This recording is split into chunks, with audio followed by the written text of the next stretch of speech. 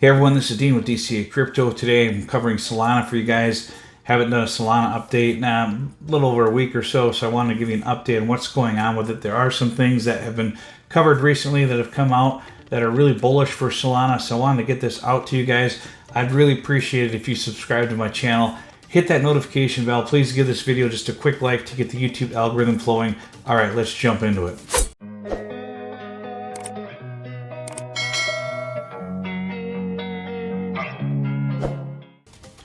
All right, Solana currently at $19. As you know, it did dip down in the $14 range back in June. I accumulated quite a bit along the way here. Added a bunch to my portfolio. It is my largest holding, just full disclosure here. But I may add some more if it dips down again, because we could see some price declines up in the coming months, but before the Bitcoin halving, possibly even slightly.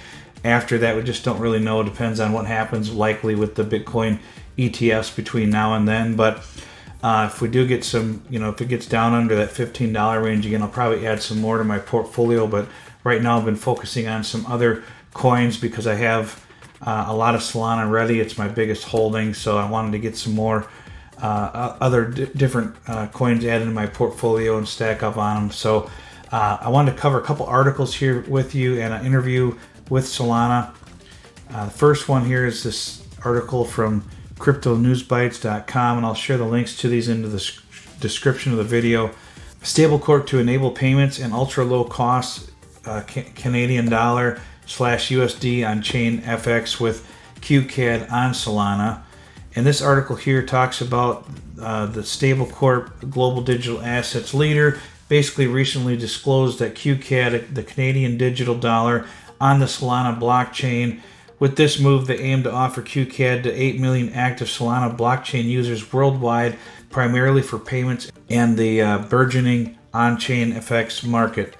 And this article kind of goes into more detail about it, but I just wanted to let you know out there that QCAD has launched on Solana. They are on some other platforms, but just more adoption for Solana out there happening. The main thing I want to cover on this video is in this interview here. This is very interesting. This is kind of answers some of the questions I had about a lot of things that's going on with Solana, with the Visa payment systems, with Fire Dancer, and so on, and how they plan to roll out all this in the upcoming 12 months or so for Solana, and what it's going to do for them as far as all of these back-end systems that they got going on here. So listen to some parts of this interview, and I'm going to stop it here and there and giving my comments on it, so bear with me. Tell me a little bit about what's new and kind of big for Solana right now. Yeah, I mean, there's a ton of stuff going on. I'd say in the last year, the real story from a network level has been performance and reliability. There were 3 big updates that shipped in Q4 of last year into Q1 of this year. One was this change in core networking technology, something called Quick, which just improves reliability. The other one is stake-weighted QoS, which is another sort of back-end improvement for how transactions are handled at the validator level. So he was talking about Quick here, and basically that is a network reliability upgrade that they did back in December and January of this year. This could enable merchants to receive instant payments and save on credit card processing fees. So he's going to go into details here on what this exactly is going to do for Solana and the stability of the network, and also how it impacts NFT mints on the blockchain versus sending payments across the blockchain, because it's going to be 2 entirely different things on the network here. But the big one is local fee markets. Okay. And so this is fee markets very similar to what we see on an EVM chain like Ethereum, except instead of taking, Ethereum can do one thing at a time. Solana is a parallel blockchain. Yeah. So we have multiple fee markets concurrently competing for transactions and state. The nice part about this is it means if you have something that's really competitive, like an NFT mint or an airdrop or something along those lines, fees in that specific type of transaction for that specific thing may spike, but it will have no impact on the fees to send a stablecoin transaction or something along those lines. And so it means that you can have that sort of free market competition for the price of a transaction where there's like an arbitrage opportunity, but it won't impact the cost of sending, payment on the Solana network. Okay. That's funny. I'm thinking about the times I've seen tweets about okay, who's minting because I'm trying to send some money. Yeah. Yes, basically he's just saying here that there's 2 different ways that the network works with Solana. It's a parallel chain, so they can do NFT mints that will charge you competitive gas fees, so you can actually compete to be who's the fastest minter on Solana for the NFT mints, and it'll spike the price in gas based off of what you're willing to pay for the gas fees. So you still can have that competition like you do on Ethereum and other networks, but the gas fees obviously on Solana are much, much cheaper than Ethereum, but there still be some gas spikes for that competition. You can still race to see who gets the NFT mints the quickest based off of what you're willing to pay for the gas fees. But parallel to that, they're going to be able to do stablecoin and other payments, and those transactions will not be affected by the gas fees of the NFT minting. So really cool that Solana can do that and be a parallel chain and just have a diversification of how their network works, so other things going on in the network don't impact important things like payment systems that Visa is looking for their network. And then I also wanted to ask about the big Visa announcement, like this partnership. Walk me through that and kind of what the next steps are going to look like.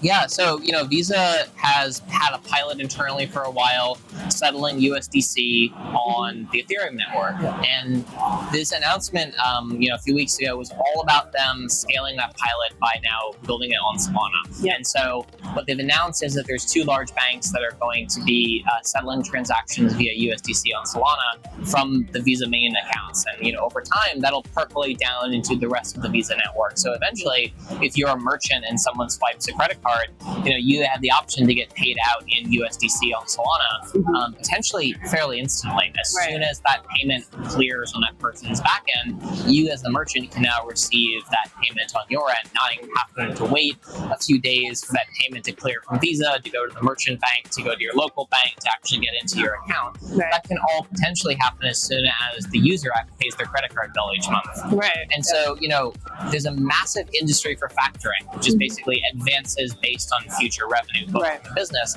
That's a 1% to 2% fee on all of that, let alone the fees that are involved in credit card processing. Yeah. So we're really talking about, potentially hundreds of millions, if not billions of dollars of market efficiency by adopting stablecoins, and that ability to have real-time instant payments that are basically fraud-proof and that have almost no transaction fee associated with them. So, for the Solana, for Visa to adopt them, they're going to be able to send payment transactions for USDC pretty much instantly. They'll be able to settle those transactions right away instead of having to wait days for transactions to settle through the banks. And it'll be tested on Solana to see how this works for them. And basically, it's also going to be like a transaction, pretty much free transactions instead of having the transaction fees like they have in the past. In order to accept credit card payments, you got to charge like a 2 or 3% transaction fee usually to accept credit card payments, where if they have this ability to do it on the Solana blockchain, it may eliminate those extra credit card fees altogether, which would be really nice for a lot of things out there where you're paying, certain, like PayPal, if you send using a credit card, you're charged like a 3% fee to use the credit card for payments, and depending on, if you're sending money to someone or something like that. So this may bring some of these fees down to where it's similar to using just regular payments without a fee through your bank. Only it'll be instant instead of waiting a day or two for everything to clear your bank. And then I wanted to ask you about just kind of like network uptime. Thankfully, this is not one of the times when I'd be talking to you about network outages and things like that. Sure. But talk to me a little bit about how much things have changed, and how you guys are looking at this now. There have been times that we've reached out to Solana and had to talk about okay, there's been some downtime. What happened, and how are we going to make sure this doesn't happen again? What's the outlook for that? Yeah, certainly. So, this year has been near perfect uptime. I think there's 99.97% uptime this year on the network, which is great. The goal is 100% uptime. Sure. And, I think what we've seen is as blockchains get more complicated, where they scale more, we had 2 finality events with Ethereum this year. Arbitrum and Optimism have run into occasional problems too. And that's not to say we should start accepting that, but it is to say that scaling blockchain is hard. Yeah, for everybody. For everybody. Yeah. I don't think anyone expected the blow up of 2020 to 2021 to happen in the way it did. And so there were a lot of systems on Solana that just haven't been fully built out robustly enough to deal with those orders of magnitude more traffic. The good news is every time the network went down, it went down because there was still another order of magnitude traffic more above that. And the steady state right now of activity on Solana is high enough that that would have caused problems 2 years ago. And those three technologies that have been shipped, they're just one part of a whole series of underlying improvements. The biggest thing for reliability going forwards is the second validator client for Solana launching. So the second client is called FireDancer. I was going to ask about FireDancer. Yeah, I'm glad we're going there. Yeah, so FireDancer is still in active development. It's a new validator client built in a new programming language in C. And so having two different dependency trees means that if there's a bug in one client, it's very unlikely the same bug exists in the other. And so you have a failover system where one can fail over into the other. Those sorts of things are huge for reliability. Ethereum and Bitcoin are the only networks today that have two independent validator clients. So when FireDancer goes live for the Solana network, which is still probably a year off, right, to see it on mainnet, that is going to be a major milestone in terms of performance and reliability. So I'll pause it here. I'm not going to play the whole thing, but basically he's saying that FireDancer is going to be implemented over the next 12 months, probably under the mainnet in about 12 months from now. So they're still in the testing phases with it to make sure it's working correctly.